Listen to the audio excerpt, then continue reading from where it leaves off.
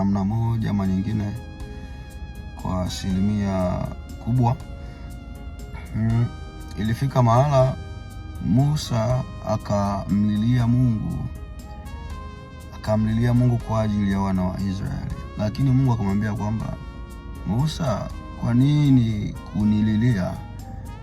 Waambie wana wa Israeli wasonge mbele, waendelee mbele, wasonge mbele kivyo vyote, wakutane na changamoto na balaa zozote, lakini waambie waendelee mbele, waambie wasonge mbele kwa namna yoyote, kwa mazingira yoyote, waambie waendelee mbele, waendelee mbele. Changamoto isiwe ni sababu ya wao ama sisi ama wewe mtu wa Mungu kutokuendelea mbele na huyu Mungu. Changamoto, shida ulizonazo isiwe ni sababu ya kutokuendelea mbele na huyu Mungu. Usiwe na sababu yoyote ambayo itakufanya umwache Mungu kwa namna yoyote. Hiyo sababu isiwepo. Kwa Mungu hakuna sababu kwamba Mungu nilishindwa kuendelea kwa sababu ya 1, 2, 3. Hapana, kwa Mungu hakuna sababu.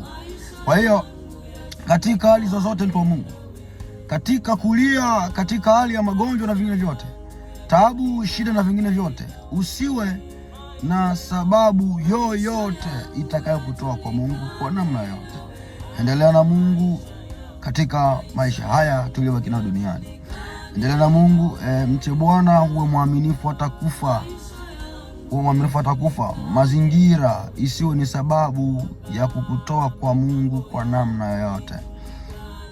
Mtu wa Mungu, endelea na Mungu sana.